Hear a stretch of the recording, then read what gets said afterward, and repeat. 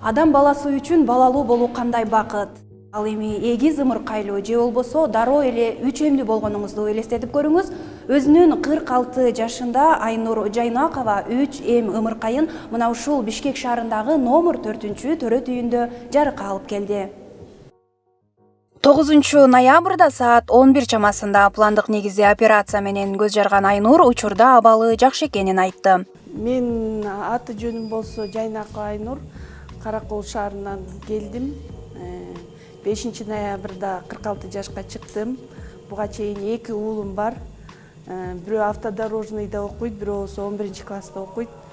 Анан кийин эмне дейм эми 5 айга чейин аябай жакшы жүрдүм. Даже билген да жок. Үйдөгүлөргө тууган урукка айткан да жокмун, боюмда бар экенин секрет кылдым. Себеби 45-46 жашта оңой эмес да тиги кош бойлуу болуш дегенчи. Анан 8 жума болгондо барып УЗИге түшсөм, эгиз деп айтты. А мен буга чейин эле Кудайдан тилеп келип эле тиги эгиз балалуу болсом экен, ушу деп Кудайдан аябай тилеп самачумун да.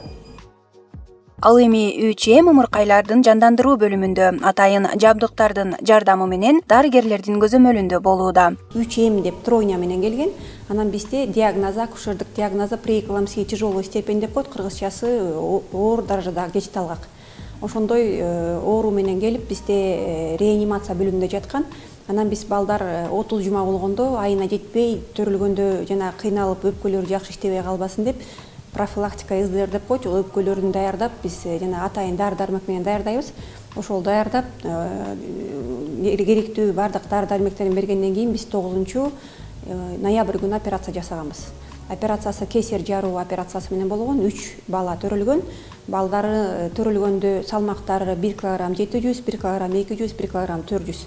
30 жумадагы балдар бул салмактары дагы ошол өзүнүн айына туура келет, бирок 30 жума болгон үчүн жана балдар реанимация бөлүмүнө которулган. Ошол жерде бүгүнкү күнгө чейин каралып дарыланып жатышат. Айнур айым менен жолдошу Кутчубай Токтобаев Түптөгү Кош-дөбө айылынын тургундары. Алардын 17 жаштагы улуу баласы студент болсо, кичүү уулу 11 класстын окуучусу. Ымыркайларга Кудайберди, Керемет жана Касиет деген ысымдарды ыйгарышты.